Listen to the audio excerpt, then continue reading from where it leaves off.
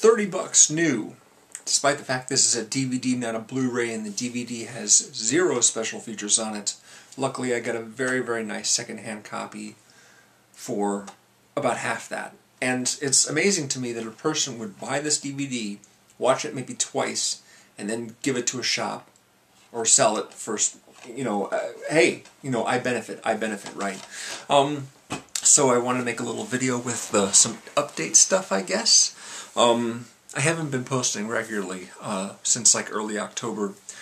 YouTube for me is a hobby, not a way of making money. And hobbies require two things: enthusiasm and self-motivation, which I've been very, very short on. It's been very, very easy for me to not set up the camera, turn it on, and start talking into it for a while now, unfortunately. I was actually thinking about just not making videos anymore for a period of time. And then Forkerball said, hey, guess what, guys? It's time for me to leave YouTube.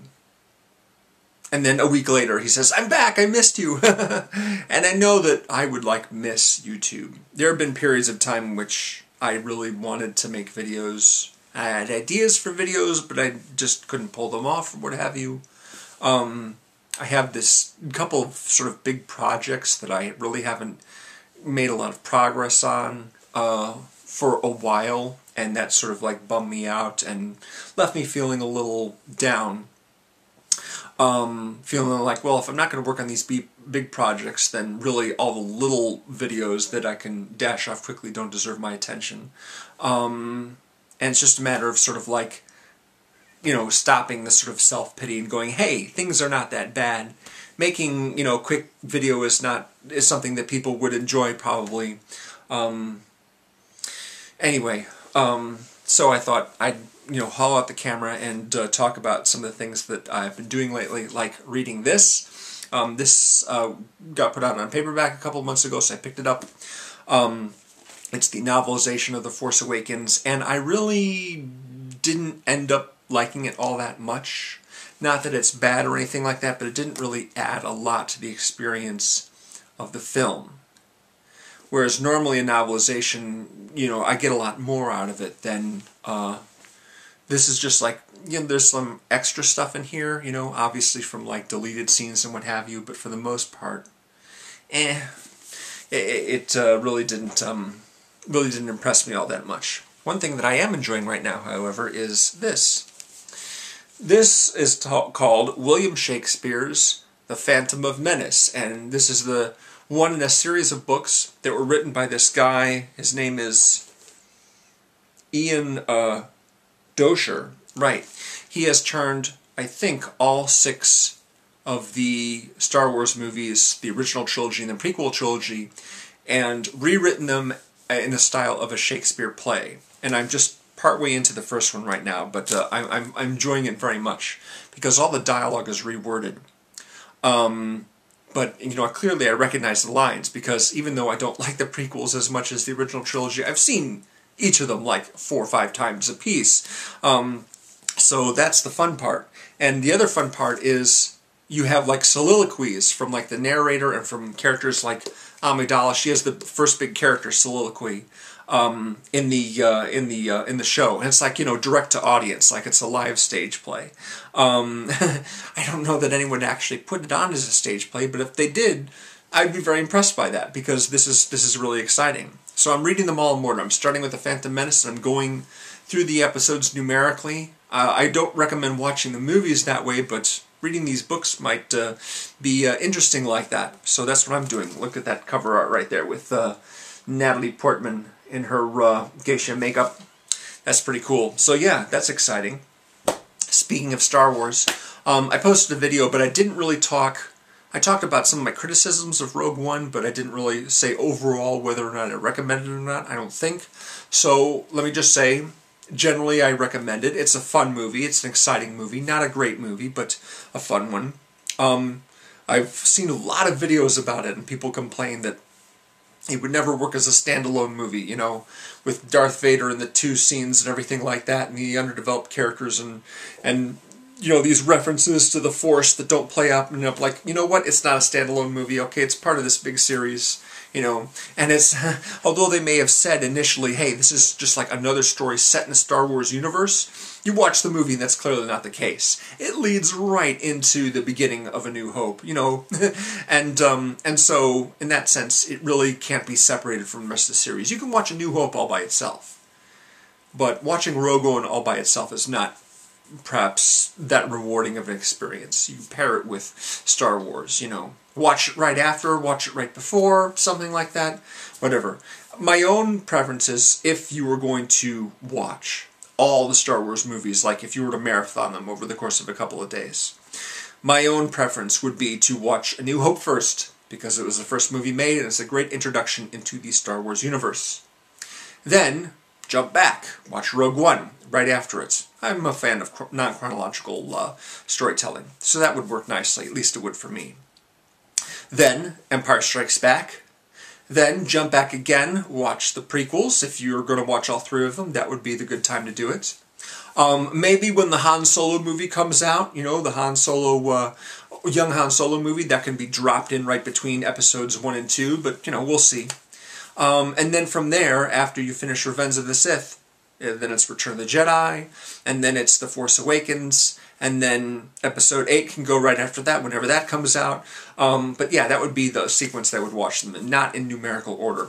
And one of the reasons for that is because the episode of A New Hope, the climax of A New Hope with the attack on the Death Star, seems so threadbare compared to the climax of Rogue One, which is just like massive and huge and so much bigger than that. So it would seem kind of anticlimactic. So watch episode 4 first, A New Hope, and then jump back and watch Rogue One and get that backstory and how they got the plans, and then move on from there. I think that would be best.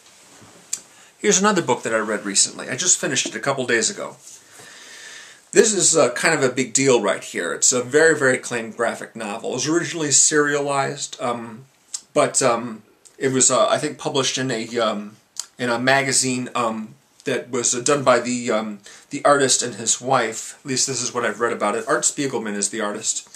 And I'm not 100% sure, but I think this word means mouse or mice in German, but I really didn't look it up, so don't hold me to that. I might be wrong. What this is Art Spiegelman comes from a Jewish family, and his parents, his mother and father, managed to survive the concentration camps in Nazi Germany during World War II. And so this is his father's story, essentially. He spoke with his father over the course of several weeks, asking for details on what the experience was like before the war, leading up to, his capture, basically. He and his wife were captured and kept in concentration camps. And this is a very, very acclaimed graphic novel right here. The mice are Jews in this book. The characters are all human. They don't have mouse names. They don't have cartoon mouse versions of their names or anything like that. In fact, Spiegelman actually complained that bookstores were not putting this in the nonfiction section because this is a nonfiction book. It's just done in, the style of a graphic novel with the characters all having animal heads. That's really the only real difference between a nonfiction graphic novel, I guess you could say, and this would be the way the characters look. The mice are the Jews, basically. The Germans are cats. Americans are dogs. The Polish people are pigs. The French are frogs. I'm not sure why he chose that, but the deal is, just to sort of distinguish, when you look at the characters, you can instantly see which ethnicity they are, which country they come from, just by what type of animal head that they have. In fact, when the Jewish walk around trying to pretend that they're Polish people, you see them actually wearing pig masks with the string around the back of their head. They're trying to pass themselves off as Poles, and sometimes they're successful and sometimes not. So yeah, this is a fascinating story, and the artwork, is really great. All the characters really look alike. I mean, depending on their nationality, it's like the thing that distinguishes them is either the clothes or glasses or a cigarette dangling out of their mouth or something like that. But if you took all that stuff away, all the mice would look exactly alike. All the cats would look exactly alike, because you know, this is how the whole sort of the attitude, the whole story of the book is how everyone sort of generalized a particular race. They saw all the Germans the same way, all the Jews the same way, and so they did that by, the artist Spiegelman did that by you know, assigning them an animal for their ethnicity or their religion, depending. Spiegelman's wife is actually French, but since she converted to Judaism, she gets a mouse head rather than a frog's head. That's kind of interesting. Anyway, so I knew about this book for a long time, but I only just, you know, picked it up and read through the whole thing. It's very fascinating. One other thing I wanted to talk about is movies that I'm looking forward to in the new year. I haven't done a best of 2016 video, and that's because I haven't done a best of 2015 video. I didn't really get caught up on all the movies that I wanted to see from 2015, but I'm doing that now, and I should have a video on that done by like the end of January. Just got to go back and watch some films I didn't catch, like Trumbo. Haven't seen Trumbo yet. Haven't seen a few others from 2015. However, I do have here on my computer a list of movies that I'm looking forward to seeing in the new year. Tully. Tully is directed by Jason Reitman, it stars Charlize Theron, and is written by Diablo Cody, and those are the same three people that made Young Adult, which is my favorite Jason Reitman film, and one of my favorite movies of 2011, so I'm looking forward to that. What's it about? No idea, but I'm going to see it. Downsizing. Downsizing is the new comedy from Alexander Payne, who did Citizen Ruth and Election and Sideways and About Schmidt, and he also did recently Descendants and that black and white movie with Bruce Dern, Nebraska, which I haven't seen. Downsizing has Matt Damon as this 9-to-5 office drone, I guess, who for some reason shrinks down, very, very small. Downsizing, get it? Don't know why. Don't know any other details about the story beyond that. But you know, could be good. Kristen Wiig is in it, Neil Patrick Harris, Alec Baldwin, Jason Sudeikis, and Christoph Waltz. And that is not coming out until almost a whole year from now. December of this year is when it's scheduled to come out right now. So that's going to be a ways off. But that's when it's supposed to come out. Logan. You all know what Logan is. It's the latest Wolverine movie. James Mangold, who directed not only The Wolverine from 2013, but also movies like 3:10 to Yuma and Identity and Copland. He is back directing Hugh Jackman as Logan. Patrick Stewart, of course, is in it. Eric LaSalle, Richard E. Grant, Stephen Merchant. This is coming out in early March. So yeah, interested in that. Trailer's great. Looking forward to it. Wonder Woman, of course, is coming out next year. It's probably the only DC movie I'm really excited to see. There's Justice League, I think, is supposed to be coming out next year, but I don't know when. Wonder Woman, of course, has Patty Jenkins, who directed Monster, Charlize Theron's Oscar-winning film, where she won Best Actress. Gal Gadot, or Gal Gadot, I really don't know how to pronounce her name. I think it might be Gal Gadot. Who was in, you know, Batman v Superman, is playing Wonder Woman. Chris Pine, Robin Wright, Elena Ayana, Ewan Bremer from Trainspotting, Danny Houston, Connie Nielsen, I think she plays Wonder Woman's mother, David Thewlis. That's coming out in early June of this year, June 2nd. Blade Runner 2049. Blade Runner is not a movie that I love. I know it's very, very influential. I've never really been that big of a fan of it. I find it rather slow and kind of a tedious watch. However, this new film is directed by Denis Villeneuve, who is the director of Prisoners and Sicario and Arrival, and he is totally awesome, and so I'm on board. The main character is Ryan Gosling. He is the lead Blade Runner, I guess, and he connects with Harrison Ford, who is, you know, still around as Deckard. You know, he is the main character of the original Blade Runner, directed by Ridley Scott. Who else is in this movie? People like Dave Bautista, who plays Drax in Guardians of the Galaxy. Robin Wright, again. Barkhad Abi, who was in Captain Phillips. And Jared Leto. He's doing something in this as well. This is supposed to come out in October. Early October. Ready Player One is the latest movie directed by Steven Spielberg. It's based on a novel. And I think it's some sort of video game related thing, but there's also a lot of pulp culture references in the book, including references to Steven Spielberg's own movies, like E.T. and Jurassic Park and what have you. I don't know how that's going to work. But it's kind of exciting. Ty Sheridan, who played Cyclops in the latest X-Men movie, he is in it. Ben Mendelsohn from Rogue One, he's in it. Mark Rylance, who apparently has to work with Spielberg from now on. Every Spielberg movie he makes, he's got to be in it. Simon Pegg, love him. Olivia Cook, who is, can't remember exactly. Oh, she was in Me and Earl and the Dying Girl. Right, exactly. She's in it too. Dunkirk. Dunkirk is Christopher Nolan's latest movie. I really like Christopher Nolan a lot. This is a war movie, supposed to come out in mid-July. Tom Hardy and Mark Rylance. Cillian Murphy and Kenneth Branagh are in this movie. Partially shot in IMAX, of course. That'll be exciting. Aside from the fact that it's a war movie, I don't know a whole lot about it, except that it involves all these soldiers on this place called Dunkirk, and they're being attacked, like, from all sides. Something like that. Stronger. Stronger, like Patriots Day, which is just about to come out in more theaters here in the States, is also about the Boston bombing, in the Boston Marathon bombing in 2013.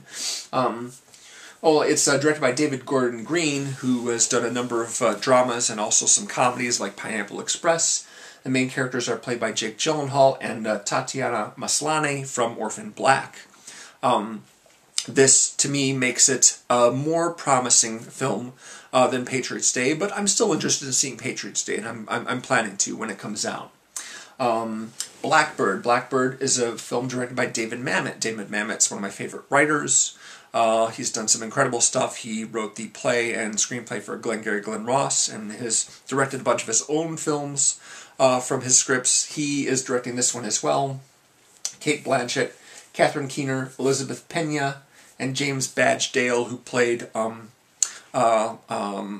right-hand henchman, the primary henchman in Iron Man 3. They're all in it. I really like David Mamet a lot, so that'll be really interesting. Battle of the Sexes. Battle of the Sexes is about a tennis match, a very famous tennis match, which I think probably took place in the 70s. This movie is directed by Jonathan Dayton and Valerie Faris, who did Ruby Sparks and Little Miss Sunshine. They've also done a number of acclaimed music videos, like Tonight Tonight by the Smashing Pumpkins. That's what I first heard of them from. Emma Stone plays Billie Jean King, a very famous tennis player. Steve Carell plays her opponent. I forget that person's name. Sarah Silverman's also in it. It sounds exciting. This next movie is one that I only just learned about very recently. There was a big feature article on Jennifer Lawrence in Vanity Fair because she had Passengers just come out, and they mentioned, oh, by the way, she's starring in Darren Aronofsky's next movie. I'm like, whoa, nice! Apparently this is a home invasion thriller called Mother. Sounds a bit like Panic Room. So Aronofsky, of course, love that guy. Can't wait to see it. Jennifer Lawrence, Ed Harris, Michelle Pfeiffer, and Javier Bardem are in it. Don't know who the various characters are, but I would assume that Jennifer Lawrence is the main character protecting her child from home invaders. Something like that. Anyway, love Aronofsky. The Circle. The Circle is James Ponsolt's latest movie. James Ponsolt did The End of the Tour with Jason Segel and Jesse Eisenberg. He directed The Spectacular Now with Shailene Woodley and Miles Teller. He did a movie called Smashed with Mary Elizabeth Winstead that was also very good. Guy's really good director. The trailer for this has already come out. Emma Watson's the main character. She gets a job at this tech company that's run by Tom Hanks, sort of the Steve Jobs type person. John Boyega is in it. Eller Coltrane from Boyhood. This is the first thing I'll see Eller Coltrane in since he was in Boyhood. He played the kid, and for all those years, and Boyhood finally came out. Bill Paxton and Patton Oswalt are also in this movie. Great cast. Love the director. Really excited for this movie. Don't know a lot about the story except that there's some sort of mysterious thing happening, some sort of conspiracy. Who knows? I try not to learn too much about some of the movies I'm really looking forward to, just on the strength of who they are. I'm just like, I don't know what it's about. I don't want to know. I just want to see it. I'll just take in each story point as it comes to me rather than have them all spoiled for me in advance. So, now we're in the top three. Top three movies I'm looking forward to next year. Marvel, of course. Still, firing on all cylinders. I watched Doctor Strange in November. I really enjoyed it. Thought it was a lot of fun. Thought it was way funnier than I thought it would be. Marvel has 3 movies coming out next year. Guardians of the Galaxy 2, latest Spider-Man movie, this time with the new cast, Marissa Tomei and the kid from The Impossible. But the one that I'm looking forward to most is Thor Ragnarok, because check out this cast. Jeff Goldblum, Kate Blanchett, Tessa Thompson, Carl Urban, plus Anthony Hopkins and Jamie Alexander, and of course Chris Hemsworth and Mark Ruffalo and Tom Hiddleston. They're all in it. Plus, just recently learned Benedict Cumberbatch is playing Doctor Strange in this movie. So, awesome. Great. Yeah, I'm on board. I read a little bit about what the story of Thor Ragnarok is, because this is taken directly from a comic series, some sort of apocalyptic event on Asgard involving other Asgardians. Yeah, it'll be cool. Can't wait. The director is Taika Waititi. Taika Waititi is a New Zealand director, I think. He directed a mock doc called What We Do in the Shadows, and he had a film come out last year called Hunt for the Wilder People, which unfortunately I didn't see, but this is coming out in November, and of the Marvel movies, the one that I'm most excited for. With DC, it's Wonder Woman. With Marvel, it's Thor. Number 2, most anticipated movie of the new year. Logan Lucky, Steven Soderbergh. Steven Soderbergh is back making a feature film. Oh my goodness, this is so great. His last movie was Side Effects. Came out in the first couple of months of 2013. But he's got a new movie. It's going to be coming out. I can't wait. It's awesome. It's about a racetrack robbery. I think something involving a racetrack of some kind. Don't know a lot more than that. Maybe it's car racing. Maybe it's horse racing. Don't know. Channing Tatum, who has been in a bunch of Soderbergh movies, the last few Soderbergh movies. Adam Driver, Katherine Heigl. Wow, he's cast Katherine Heigl. She's doing like ads now. She's in failed TV series and commercials for stuff. I saw her in a car commercial today. And now she's in Steven Soderbergh's latest movie. I'm like, that's a good sign. Hilary Swank. Daniel Craig, he's in it. Michael Shannon, Seth MacFarlane, Sebastian Stan, Bucky Barnes, he's in it. Yeah, so exciting, so exciting. I had hoped that Steven Soderbergh would not give up on making feature films. He just kind of got sick of it, because he put out like 3 movies within the span of about 12 or 15 months, something like that. It was like, what was it? Oh, think. What's the name of that? The one with Gina Carano, the action movie. Haywire, right. Haywire, early 2012, and then Magic Mike in the summer of 2012, and then early 2013 Side Effects. It's like 3 movies within just about a year. That's intense. But he's back. He's making a new movie. That's great. Can't wait. So, what's the number 1 movie I'm most looking forward to see this year? The number 1 movie. Well, let me put it this way. Although I look forward to each new Star Wars movie, I'm also a bit skeptical of how it will come out.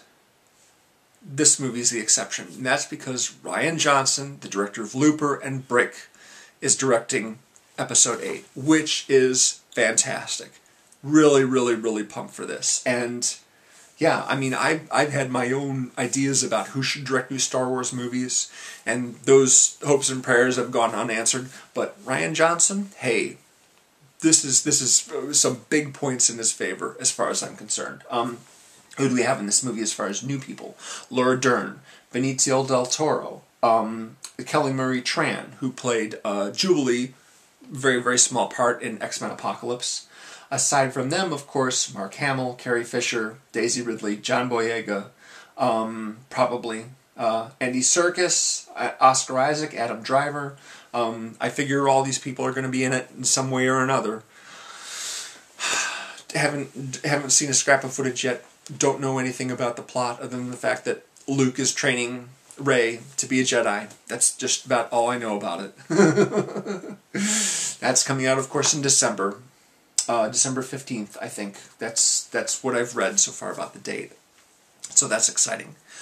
Sorry I've been away for so long. Sorry I've not been posting. I oftentimes have an idea for a video, and I think, gee, that would be kind of nice, and then I just don't make it. Like I said, I need to motivate myself a little bit better, which I really haven't been doing. I was doing this thing where I would make videos about all the new movies I saw every month, and I would just like delay that and delay it and delay it, and I still haven't done it for like the last 3 months of the year. I don't know if I want to keep doing that just because, 2 months after I've seen a new movie, I forget most of what happened in it, which doesn't speak well for the movie, but also is just like, it's just not a good habit to get into. So I don't know if I'm going to keep doing that. I want to still keep posting on the collab channel. I figured maybe if I just like switched off weeks, 1 week I post on the collab channel, another week I post on my personal channel, just go back and forth like that. But oftentimes I find that it's more difficult for me to enjoy a movie if I'm worried about what I'm going to say about it on a YouTube video. If I'm, I really have to think of something interesting to say. I can't just ever sit and watch a new movie, except if it's a movie I've already seen before, because that's not something I need to make a video about. Not if I don't want to. But if I'm seeing a new movie, one I haven't seen before, then I have to go, gosh, I'm going to have to mention this in a YouTube video. What am I going to say? It's got to be something interesting. And that just puts, that just takes the fun out of it. Puts some pressure, on it to actually analyze something, find something interesting aspect, when I can't just ever sit and just watch a new movie and just enjoy it. So that's why I haven't been posting, really. That's one of the reasons why, anyway. So, and like I said, I've got some sort of big projects that I've sort of been procrastinating on and just not doing a lot with, because I just feel guilty. I feel guilty about not doing things, and just sort of like, so much of, it's not just movies either. It's all the YouTube videos. I have like 600 YouTube videos on a playlist that I haven't gotten to. It would take me forever to get through all that stuff. I don't know when I'm going to finish it. All the TV series that I'm watching, I just got Brain Dead on DVD, which was a series that got canceled, but I really wanted to see the rest of it because I enjoyed the first part of it so much. Yeah, there's just so much stuff to be put in front of my eyeballs that it sort of seems to limit the time that I could devote to making a YouTube video, at least an elaborate one. So, I got people subscribing to me and commenting on my videos recently, which is great. Really excited about that. The people are actually still finding me somehow and still interested in what I have to say about stuff. But all you who are loyal to me, you've deserved better, even though, it's like, again, not like a career thing or not like an ambition thing. And the lack of ambition is sort of a hindrance to actually putting out things on a regular basis. Back in 2012, I was putting out a video every 3 days. But then again, I had, something that I was working towards. And I had an idea for a long-form series I could do over the course of this year. But it seems like most of the time when I start a long-form series, I then find all kinds of excuses to like not do it at a certain point. It just gets old. I don't know. We'll see. We'll see. Anyway, thank you for watching. This has been a long one. Thanks for sticking with me to the end if you have done so. Appreciate it very much. Link to the Facebook page below. I post, other people's videos there. I post articles and other videos that I like there. So, yeah, thank you. I'm just rambling now. Thanks very much. Won't keep you any longer. Take it easy.